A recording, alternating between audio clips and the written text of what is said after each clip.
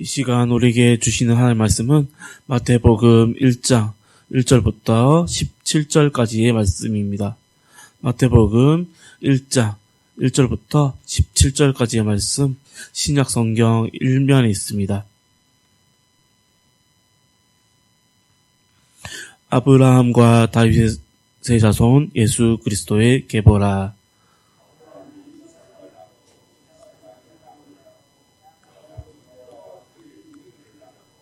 유다는 다말에게서 베레스와 세라를 낳고, 베레스는 헤스론을 낳고, 헤스론은 람을 낳고,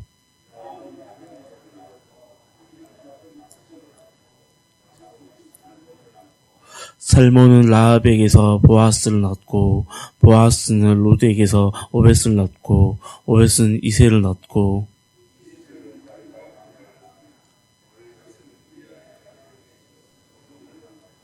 솔로몬은 르호보암을 낳고, 르호보암은 아비야를 낳고, 아비야는 아사를 낳고,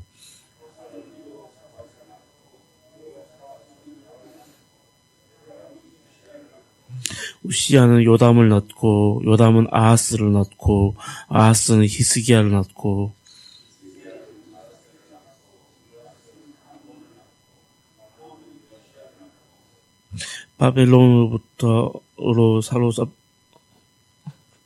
바벨론으로 사로잡혀갈 때 요시야는 여고냐와 그의 형제들을 낳으니라.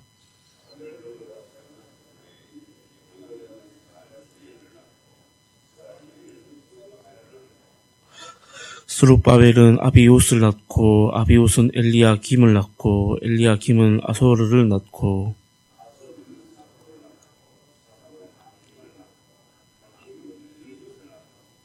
엘리웃은 엘르아살을 낳고, 엘르아살은 맏단을 낳고, 맏단은 야곱을 낳고,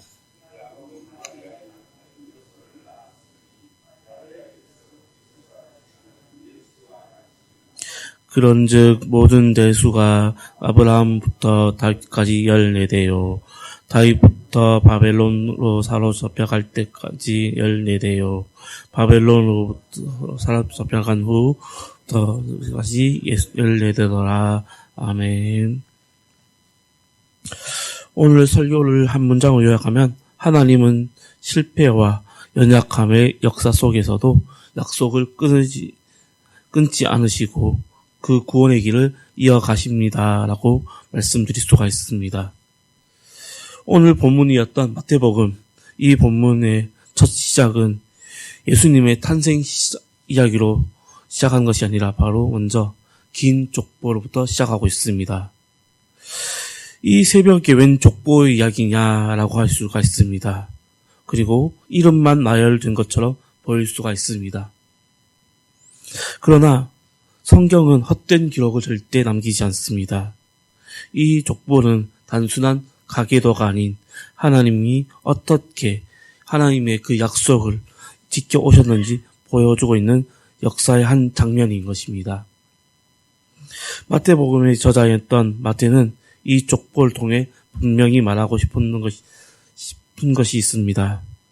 예수님은 갑자기 이 땅에 오신 것이 아니라 오랜 기다림과 실패와 그 회복의 역사 속에서 오신 분이라는 것을 말하고 싶었던 것입니다. 오늘 이 사실을 깨닫고 오늘 말씀을 통해 함께 은혜의 시간이 되기를 소망합니다. 첫 번째로, 하나님은 약속을 중심으로 역사를 이어가십니다. 라고 말씀드릴 수가 있습니다.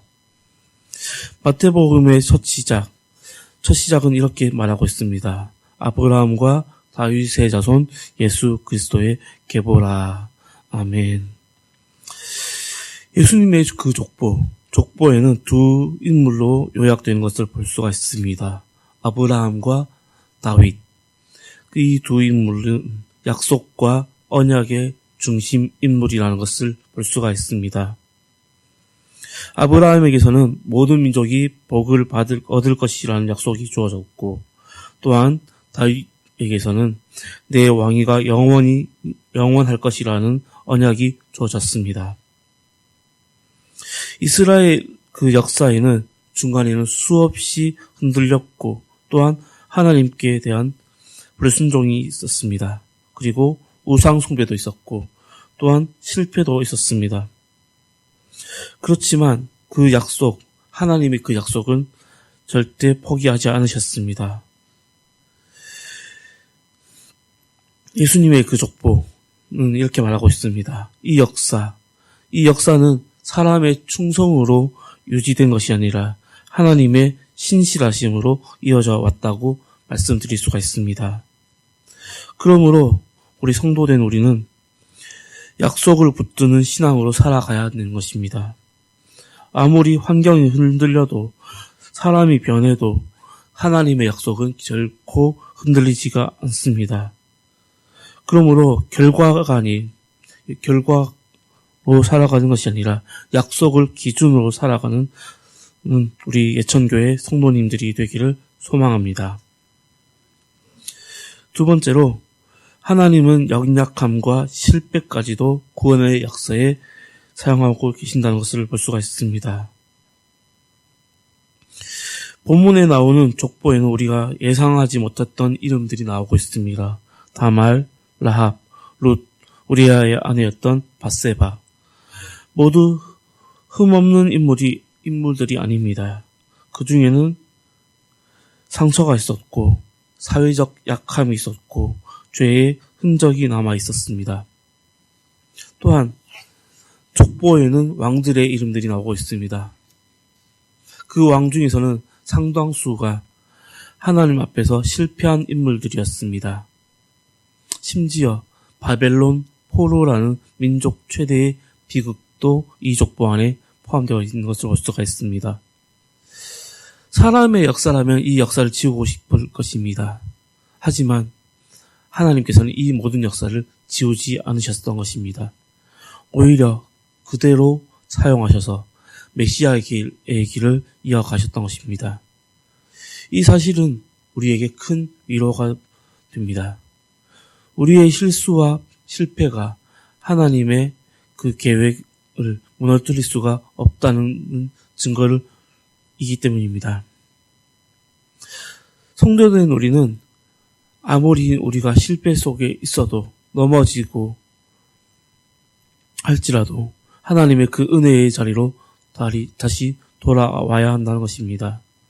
우리의 연약함이 하나님의 그 계획을 무너뜨릴 수가 없다는 것입니다. 여기서 중요한 것은 넘어지는 인생이 아니라 다시 하나님의 손안으로 하나님의 그 은혜의 자리로 돌아오는 자가 되어야 되는 것입니다. 그렇기 때문에 우리는 날마다 하나님의 그 은혜의 자리로 돌아오는 우리 예천교회 성도님들이 되기를 소망합니다. 세 번째로 족보의 마지막 부분은 바벨론 포로 이후의 긴 침묵의 시간을 담고 있습니다. 이 시기는 선지자의 말씀이 거의 없었던 영적 암흑기였습니다. 그러나 하나님은 침묵하신 것처럼 보여도 그 역사를 멈추지 않으셨던 것입니다. 17절로 보면 그리스도까지 14대라고 적고 있습니다. 마태복음의 저자였던 마태는 의도적으로 14대씩 세 단락으로 족보를 정리하고 있습니다. 이 역사가 우연이 아닌 하나님의 질서와 그 계획 속에 있었다는 고백인 것입니다. 사람들이 기다림에 지치고 있을 때 하나님은 예수 그리스도를 준비하고 계셨던 것입니다.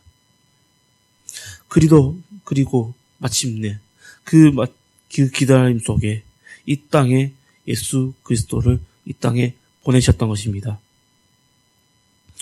우리의 인생에도 이해되지 않는 공백의 시간이 있습니다. 그러나 그 시간조차 하나님의 그 구원의 역사에서 제외되는 것이 아닙니다. 그 침묵의 시간에서도 하나님을 신뢰하고 기다려야 하는 것입니다. 이해되지 않는 그 공백의 시간, 그 시간 속에서도 하나님은 역사를 멈추지 않으신 것입니다. 기다림은 시간의 낭비가 아닌 오직 하나님을 기다리며 그 준비의 시간으로서 늘 하나님을 신뢰하며 나아가는 우리 예천교회 성도님들이 되기를 소망합니다. 오늘 본문이었던 마태복음 1장, 이 1장의 족보의 이야기는 과거의 기록의 말씀이 아니라 오늘 우리에게 주시는 하나님의 말씀입니다. 하나님은 완벽한 사람만 사용하지 않으셨습니다. 그렇다고 실패한 인생만 택하지 않으셨던 것입니다. 하나님은 오직 약속을 지키시는 분이며 그 연약함을 통해 사용하는 분이십니다. 그리고 기다림 속에서도 일하시는 분이십니다. 오늘 이 새벽 우리는 이렇게 고백하기를 원합니다. 주님, 제 이름도 주님의 이야기 속에 있음을 믿습니다. 라고 고백하기를 원합니다. 이 고백을 통해 하나님 나라의 확장에 쓰임받는 우리 성도님들이 되기를 소망합니다. 기도하겠습니다. 신실하신 하나님, 오늘 이 새벽에 우리를 성전으로 불러주시고 말씀으로 기도로 은혜 받게 하심에 감사합니다. 우리의 역사 속에서도 구원의 이야기를 이어가게 하여 주심 또한 감사합니다. 우리의 실패와 연약함 속에서도 주님의 약속을 놓지 않게 하시고 그 기다림 속의 시간에도 구원의 소망을 잃지 않게 하여 주시옵소서. 오늘 살아가는 우리의 삶이 주님의 구원의 역사에 쓰임받게 하여 주시옵소서. 이 모든 말씀 우리를 구원하신 예수님의 이름으로 기도합니다. 아멘. 하늘에 계신 우리 아버지의 이름을 거룩하게 하시며 아버지의 나라가 오게 하시며 아버지의 뜻이 하늘에서와 같이 땅에서도 이루어지게 하소서. 오늘 우리에게 일용할 양식을 주시고 우리가 우리에게 잘못한 사람을 용서하여 준 것 같이 우리 죄를 용서하여 주시고 우리를 시험에 빠지지 않게 하시고 악에서 구하소서. 나라와 권능과 영광이 영원히 아버지의 것입니다. 아멘. 함께 시간 기도하실 때 우리 예천교회를 위하여 함께 기도하기를 원합니다. 우리 예천교회를 통하여서 구원의 방주의 역할을 잘 감당할 수 있도록 기도하기를 원합니다.